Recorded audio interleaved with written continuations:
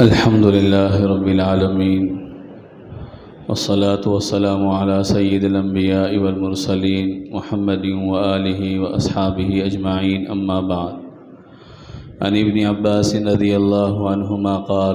قال رسول الله صلى الله عليه وسلم: عرضت علي الأمم فرأيت النبي ومعه الرهيد والنبي ومعه الرجل والرجلان والنبي وليس معه أحد، إذ رفع لي سواد عظيم فظننت أنهم أمتي، فقيل لي هذا موسى وقومه ولكن انظر إلى الأفق، فنظرت فإذا سواد عظيم، فقيل لي انظر إلى الأفق الآخر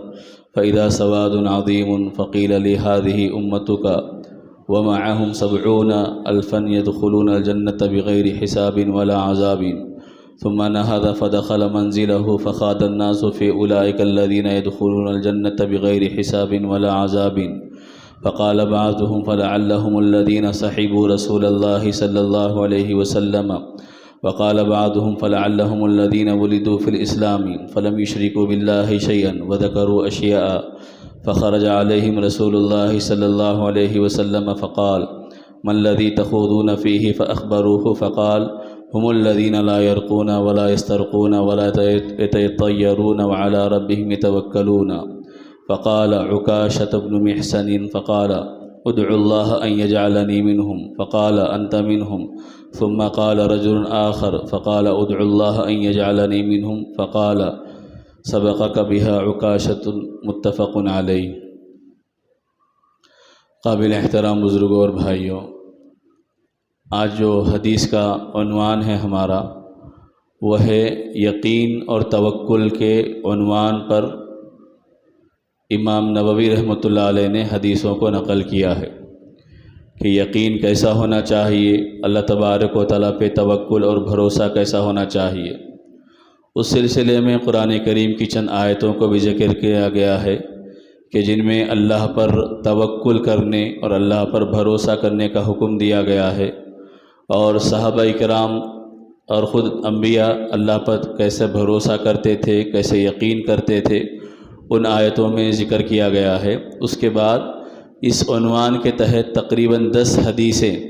نقل کی گئی ہے جس میں توکل کی اہمیت کو بیان کیا گیا، اللہ پہ یقین کیسا ہونا چاہیے بیان کیا گیا، نبی کریم صلی اللہ علیہ وسلم کا اس سلسلے میں عمل کیا تھا، صحابہ کیسے اللہ پہ بھروسہ کرتے تھے. ان ساری روایتوں کو ان میں سے منتخب 10 حدیثیں اس باب کے اندر ذکر کی گئی ہے. پہلی چیز یہ ہے کہ یقین، ایمان اور توکل یہ لازم چیزیں ہیں، یعنی ان کے بغیر یقین جتنا بڑھے گا انسان کا اللہ پر، اتنا ہی زیادہ اللہ پہ بھروسہ بھی بڑھے گا. اللہ کی ذات پر یقین ہے کہ اللہ تبارک و تعالیٰ کرنے والا ہے، اللہ تبارک و تعالیٰ دینے والا ہے، تو پھر آدمی اللہ تبارک و تعالیٰ پہ بھروسہ بھی کرے گا. اسی لیے ایمان کی خوبی اور کمال یہی ہے کہ آدمی بغیر دیکھے اللہ تبارک و تعالیٰ پہ بھروسہ کرتا ہے، اللہ تبارک و تعالیٰ پر ایمان لایا ہے. اللہ تبارک و تعالیٰ نے نبی کے ذریعے بتا دیا جنت ہے، انسانوں نے اس کو مان لیا، جہنم ہے، انسانوں نے اس کو مان لیا، مرنے کے بعد کیا فیصلہ ہوگا، انسانوں نے اس کو مان لیا. یقین جیسے جیسے بڑھتا ہے اسی درجے انسان کا اللہ کی ذات پر توکل، بھروسہ، اعتماد پھر بھی بڑھتے جاتے رہتا ہے، اور یہی چیز پھر اللہ تبارک و تعالیٰ کی طرف سے انسانوں کے لیے عطا کا، نوازش کا، رحم کا ذریعہ بنتی ہے. توکل کے معنی آتے ہیں اللہ تبارک و تعالیٰ پہ بھروسہ کرنا. آدمی اپنی جتنی کوشش ہے ان ساری کوششوں کو اختیار کرے، لیکن نتیجہ اللہ تبارک و تعالیٰ کی ذات پر چھوڑے کہ اللہ تبارک و تعالیٰ میری کوششوں کا نتیجہ نکالنے والا ہے. اور یہ ایمان کے ساتھ خاص ہے. دنیا میں بہت سے لوگ وہ ہیں جن کے پاس ایمان نہیں ہے تو ان کو اللہ پہ بھروسے کی توفیق بھی نہیں ملتی. ایک آدمی بیمار ہے تو بیمار کے لیے حکم یہ ہے کہ وہ علاج بھی کرائے، معالجہ بھی کرائے، دوا بھی کھائے. لیکن ایمان والا دوا کھاتا ہے تو اس کا یقین ہوتا ہے کہ دوا کے اندر فی نفسی ہی تاثیر نہیں ہے جب تک کہ اللہ تبارک و تعالیٰ کا حکم نہ ہو. میں دوا اس لیے کھا رہا ہوں کہ اللہ کے نبی کا حکم ہے کہ دنیا دارالاسباب ہے، یہاں تمہیں سبب کو اختیار کرنا پڑے گا. تم جیسے سبب کو اختیار کرو گے اللہ تبارک و تعالیٰ اسی کے مطابق تمہارے ساتھ نتیجہ بھی ظاہر کرے گا. تو دوا استعمال کرنے کے بعد آدمی اللہ پہ بھروسہ کرتا ہے تو اللہ تبارک و تعالیٰ اس کو شفا بھی دیتا ہے، اور جن کا یقین نہیں ہوتا ہے تو ان کا سارا بھروسہ، سارا دار و مدار بس دوا پر ہوتا ہے، بس ڈاکٹر پر ہوتا ہے۔ تو ایمان اسلام انسانوں کو یہ سکھاتا ہے کہ تم دوا بھی کرو، دعا بھی کرو، کوشش بھی کرو، اللہ کی ذات پہ بھروسہ بھی کرو۔ یہ توکل یہ نہیں ہے کہ آدمی کوشش کرنا چھوڑ دے، جیسے کہ یہ سمجھے کہ حدیثوں میں واقعات ہے، اس طرح کے واقعات ذکر کیے گئے ہیں کہ اللہ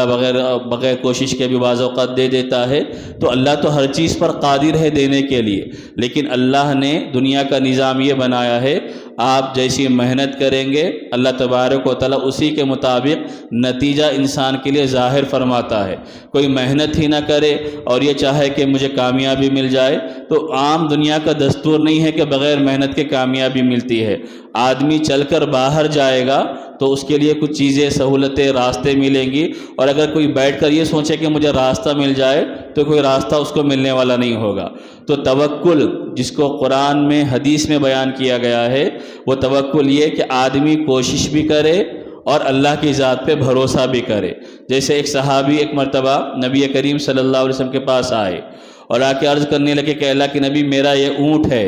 میں اس کو رسی سے باندھ کر اللہ پہ بھروسہ کروں یا بغیر باندھے کے اللہ پہ بھروسہ کروں؟ تو نبی کریم صلی اللہ علیہ وسلم نے فرمایا کہ تم اونٹ کو رسی سے باندھ دو، پھر اللہ تبارک و تعالیٰ پہ بھروسہ کرو۔ یہ حقیقی توکل ہے کہ آدمی کوشش بھی کرے، تدبیر بھی کرے، جستجو بھی کرے، اور نتیجہ اللہ تبارک و تعالیٰ کی ذات پر رکھے کہ اللہ تبارک و تعالیٰ اس کا نتیجہ دینے والا ہے، اللہ تبارک و تعالیٰ اس کا فائدہ ظاہر کرنے والا ہے۔ آج جو ہمارے پاس کمی ہے، ایک تو توکل نہیں ہے، اللہ کی ذات پہ بھروسہ نہیں ہے، آدمی ظاہری چیزوں پہ بھروسہ کیا ہوا ہے۔ بعض لوگ یہ ہے کہ یہ سمجھتے ہیں کہ بس آپ جو چاہے کر لو، اللہ کرنے والا۔ آدمی اپنی کوشش بھی کرے، اللہ تبارک و تعالیٰ کی ذات پہ بھروسہ بھی کرے۔ ایک آدمی بیمار ہے اور علاج نہیں کرانا چاہتا تو شریعت منع کرتی ہے کہ آپ علاج کراؤ، اس لیے کہ نبی کریم صلی اللہ علیہ وسلم کا ارشاد ہے لِكُلِّ دَاءٍ دَوَاءٌ، اللہ نے ہر بیماری کے لیے دوا بھی رکھی ہے سوائے موت کے۔ موت کی کوئی دوا نہیں ہے، باقی ہر مرض کی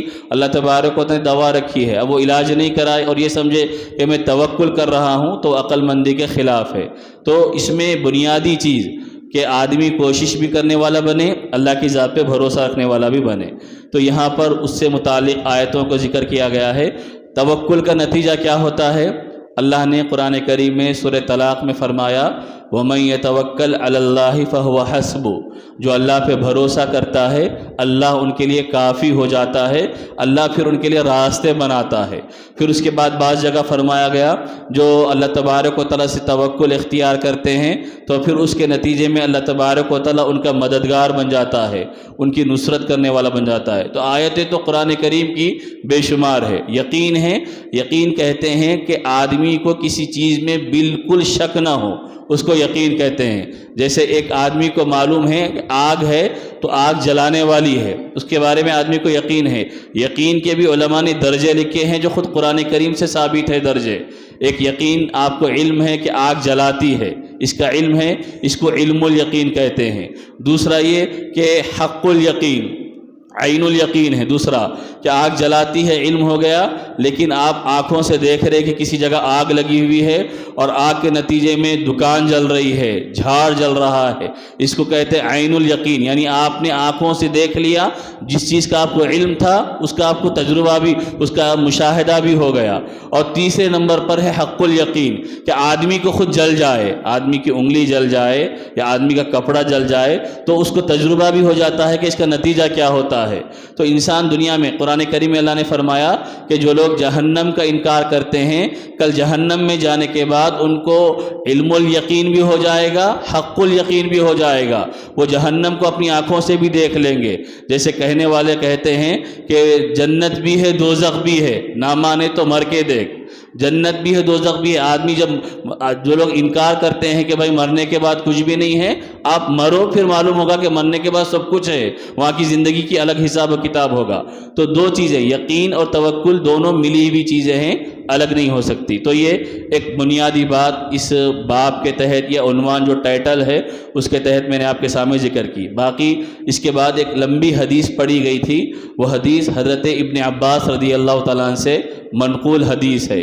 اس میں اللہ کے نبی صلی اللہ علیہ وسلم فرماتے ہیں کہ مجھے یہ دکھایا گیا، اللہ کے نبی کو دکھایا گیا، خواب میں بھی ممکن ہے، اللہ کے نبی کو معراج کے موقع پہ بھی دکھایا گیا ممکن ہے، بہرحال نبی کریم صلی اللہ علیہ وسلم نے فرمایا کہ مجھے دکھایا گیا ہے کہ میرے سامنے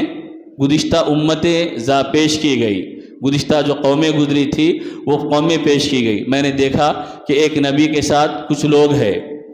وہ ان کے ماننے والے ہیں، پھر دیکھا کہ ایک نبی کے ساتھ ایک دو لوگ ہیں وہ ان کے ماننے والے ہیں، پھر دیکھا کہ ایک نبی کے ساتھ کوئی بھی نہیں ہے، صرف وہ نبی اکیلے ہیں۔ یعنی انبیاء جتنی محنت کرے تھے ان کے محنت کے ساتھ جتنے لوگ ایمان لائے تھے، اللہ تبارک و تعالی نے نبی کریم صلی اللہ علیہ وسلم کو دکھایا۔ کچھ لوگ، کچھ انبیاء ایک جماعت کے ساتھ ہے، کچھ انبیاء دو تین افراد کے ساتھ ہے، کچھ انبیاء وہ ہے کہ جن کے ساتھ کوئی نہیں ہے، ان کی محنت جتنی تھی انہوں نے اپنی محنت کو ادا کیا، انجام دیا، لیکن بہرحال جن کی قسمت میں ہدایت نہیں تھی تو وہ ہدایت سے فیض یاب نہیں ہو سکے۔ اس کے بعد نبی کریم صلی اللہ علیہ وسلم نے فرمایا کہ مجھے ایک بڑی جماعت نظر آئی، تو میں سمجھا کہ شاید یہ میری امت ہوں گی، تو میں نے پوچھا کہ کون ہے، تو مجھے بتایا گیا کہ یہ آپ کی امت نہیں ہے بلکہ یہ حضرت موسیٰ اور ان کی امت ہے۔ پھر میں نے کہا کہ میری امت کہاں ہے، تو مجھ سے کہا گیا کہ آپ آسمان کے کنارے پہ دیکھیے، تو میں نے آسمان کے کنارے پر دیکھا تو ایک بڑی بھیڑ، بڑی جماعت نظر آئی، ایک کنارے پر دیکھا۔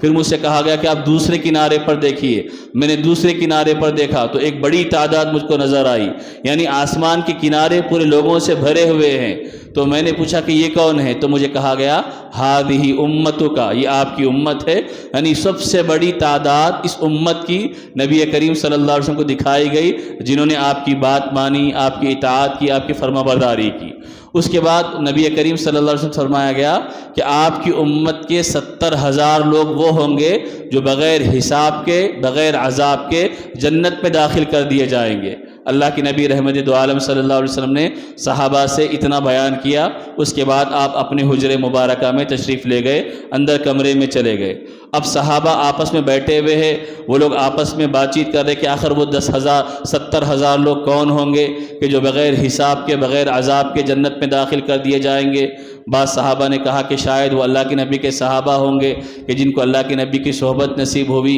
بعض نے کہا کہ نہیں، شاید وہ لوگ جن کو شروع پیدا اسلام کی حالت میں ہوئے اور کفر کا ماحول ان کو نہیں ملا، وہ لوگ مراد ہوں گے۔ صحابہ جن کو جیسا سمجھ میں آ رہا وہ لوگ نقل کرنے لگے کہ شاید 70,000 لوگ وہ ہوں گے۔ اللہ کے نبی اپنے کمرے میں سے صحابہ کی یہ باتیں سن رہے تھے، ان کا آپس میں تذکرہ ہو رہا، مذاکرہ ہو رہا، ڈسکس ہو رہا۔ اللہ کے نبی باہر آئے، باہر آنے کے بعد پوچھا کہ تم لوگ کس چیز میں بحث کر رہے ہو، کیا چیز میں تمہارا تذکرہ ہو رہا ہے؟ تو صحابہ نے جو باتیں چل رہی تھی وہ نبی کریم صلی اللہ علیہ وسلم سے بیان فرمائی کہ ہمارا آپس میں یہ ذکر ہو رہا تھا، آپ نے جو کہا کہ 70,000 لوگ جنت میں بلا حساب و کتاب داخل ہوں گے، تو وہ کون لوگ ہوں گے کہ ان کو یہ سعادت ملے گی کہ اللہ نہ ان کا حساب لے گا نہ ان کا عذاب ہوگا، وہ جنت میں داخل کر دیے جائیں گے؟ تو نبی کریم صلی اللہ علیہ وسلم نے فرمایا وہ 3 قسم کی جن کے اندر خوبیاں ہوں گی وہ لوگ بغیر حساب و کتاب کے جنت میں داخل کیے جائیں گے۔ پہلی چیز نبی کریم صلی اللہ علیہ وسلم نے فرمایا کہ جو لوگ جھاڑ پھونک نہیں کرتے، جادو وغیرہ میں مبتلا نہیں ہوتے، خود بھی نہیں کرتے، ایک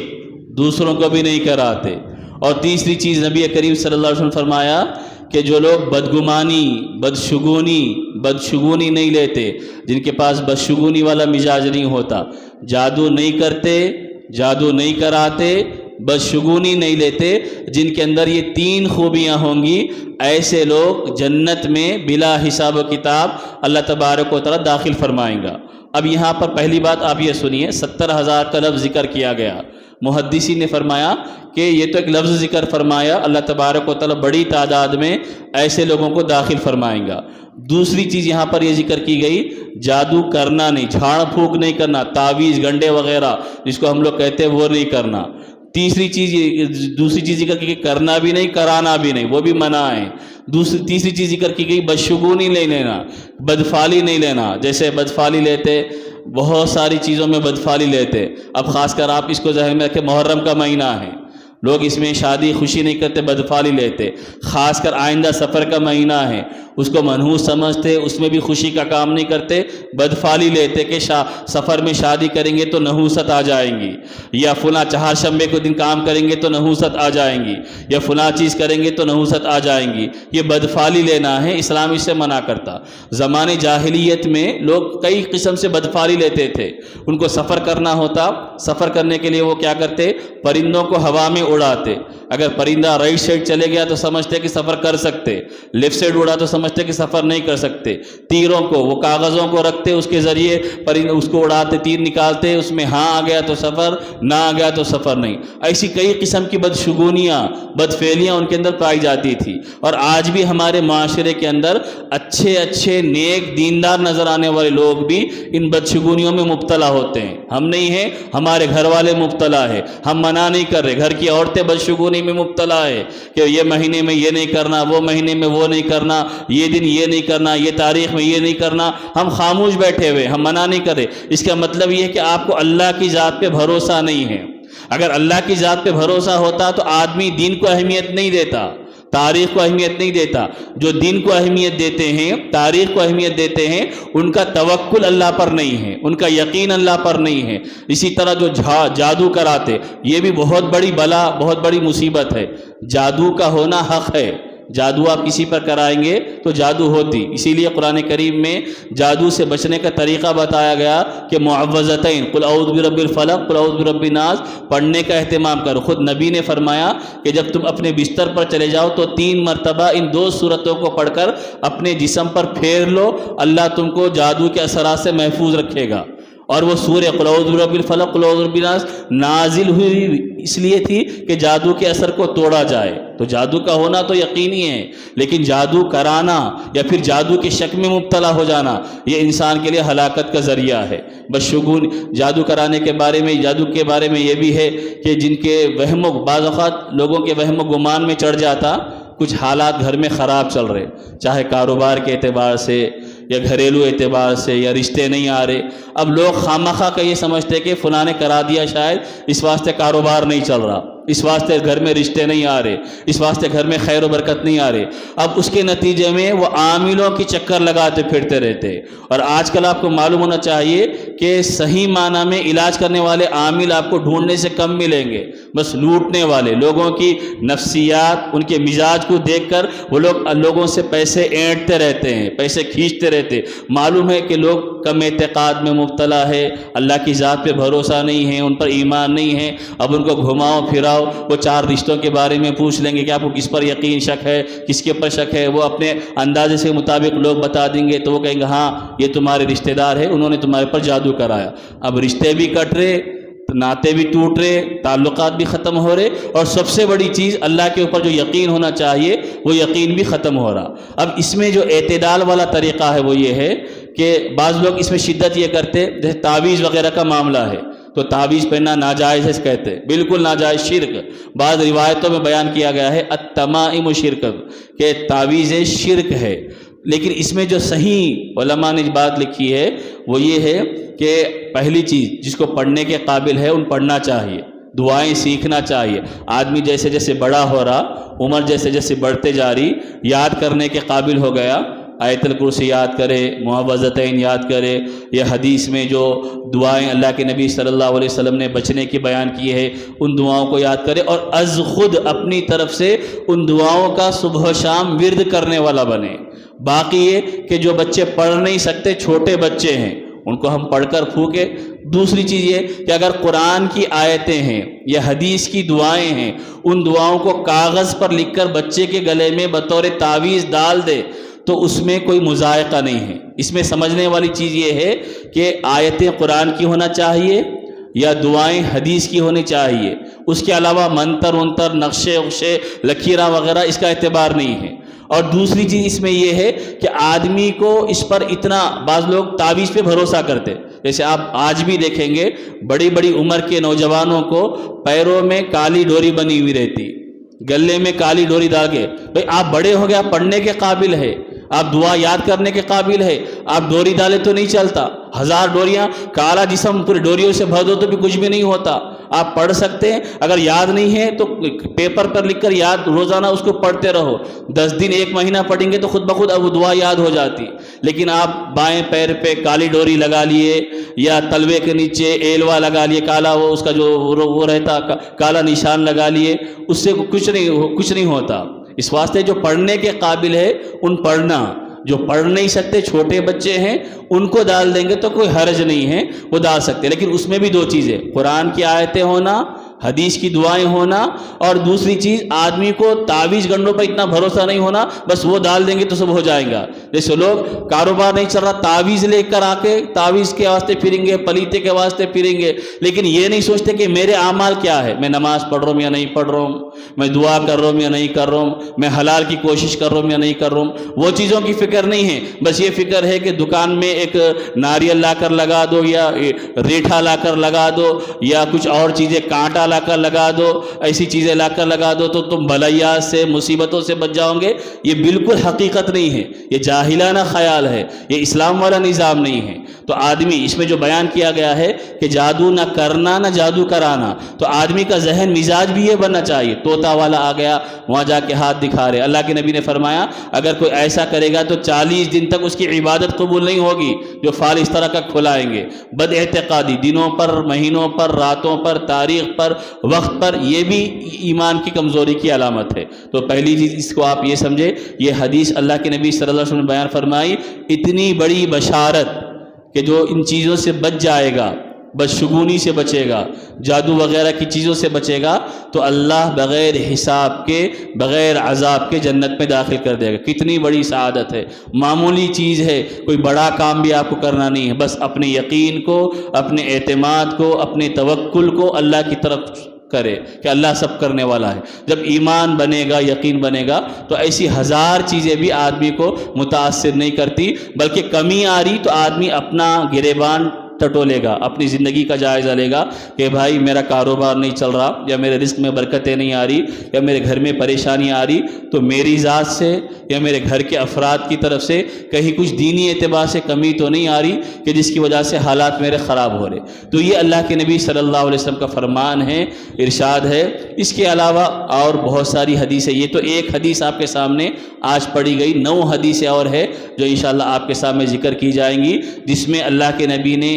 دعا کرنے کا طریقہ بھی بتایا کہ ہر وقت اپنے آپ کو اللہ کے سپرد کرو۔ صبح ہو رہی تو کیسے دعا کرنی چاہیے، شام ہو رہی تو کیسی دعا کرنا چاہیے، بستر پر جا رہے تو کیسی دعا کرنا چاہیے، باہر نکلے تو ہر چیز میں انسان کو بتایا گیا کہ تم اپنی ذات پہ بھروسہ نہ کرو، مت کرو، اللہ پر کرو۔ جیسے قرآن کریم میں سورہ کہف میں نبی سے فرمایا گیا وَلَا تَقُولَنَّ لِشَيْءٍ إِنِّي فَاعِلٌ ذَلِكَ غَدًا إِلَّا أَن يَشَاءَ اللَّهُ وَاذْكُرْ رَبَّكَ إِذَا نَسِيتَ وَقُلْ عَسَىٰ، کہ کل اگر کوئی کام کرنا ہے تو یہ مت کہو کہ میں کل کروں گا،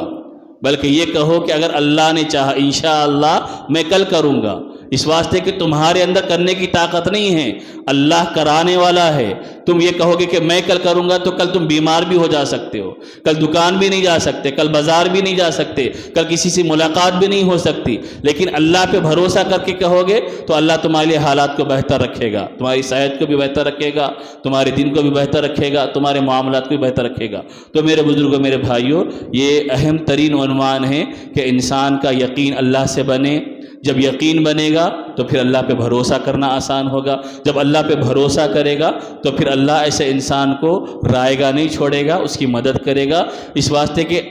بندہ اللہ کے ساتھ جیسی امید لگاتا ہے اللہ کو ویسے ہی پاتا ہے۔ اللہ کے ساتھ آپ امید لگائیں گے کہ اللہ میرے حالات کو درست کرے گا، میرے مسائل کو درست کرے گا، تو اللہ یقیناً درست کرے گا۔ ہم اللہ سے ہٹ کر کٹ کر جی رہے تو دنیا والوں کی طرف ہماری نظریں ہیں، اگر اللہ سے جڑ کر جیں گے تو دنیا والوں کی طرف بعد میں نظر جائے گی، دنیا کے اسباب کی طرف بعد میں نظر جائے گی، پہلے اللہ کی طرف نظر جائے گی، اس کے بعد وہ اسباب کو بھی اختیار کرے گا، کاروبار بھی کرے گا، نوکری بھی کرے گا، سب کرے گا، اللہ پر بھروسہ رکھے گا۔ اللہ تبارک و تعالیٰ سے دعا فرمائے کہ اللہ تبارک و تعالیٰ صحیح علم، صحیح عمل کی توفیق عطا فرمائے۔ سبحان اللہ و بحمدہ، سبحانک اللہم و بحمدک، ونشہد ان لا الہ الا انت ونستغفرک ونتوب الیک۔